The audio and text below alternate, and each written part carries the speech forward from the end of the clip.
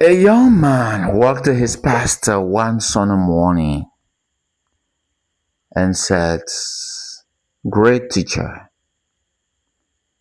I have a problem."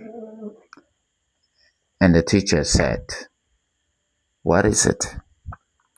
He said, "My heart is so far from God, far that I just cannot think of Him. Please help me to get me close to God. What can you do me anything that my heart can be closer to God?"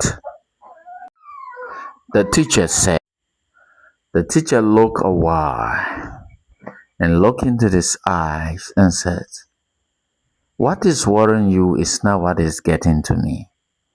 But what is getting to me is how you only have 7 days on this earth to live for."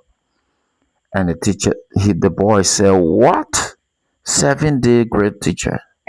He said, "Yes."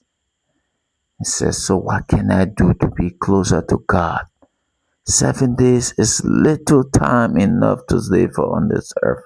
A lot of things I want to do." He said, "I have no control over that. Saying God is the only one who controls life and give us our time to live for." So he said, "But go home and begin to consult God. When you are done, on the seventh day, the day you are to die, come back to me. Now I'll tell you something before you die." The boy went home, began to think. He worries a lot about God. He worries about how he's about to end, his life is about to end, asking God to help him. And then his neighbor were like celebrating, doing their different things, celebrating, some having birthdays, some having parties.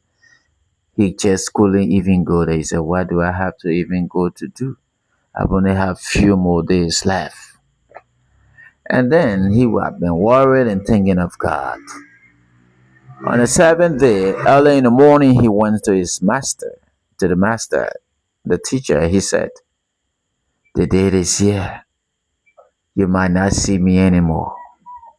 What is it that I can do to be closer to God?"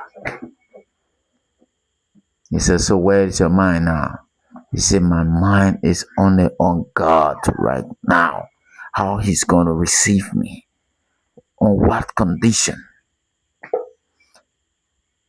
He said, "The way we think, the mindset we create, takes us away from God or bring us closer to God.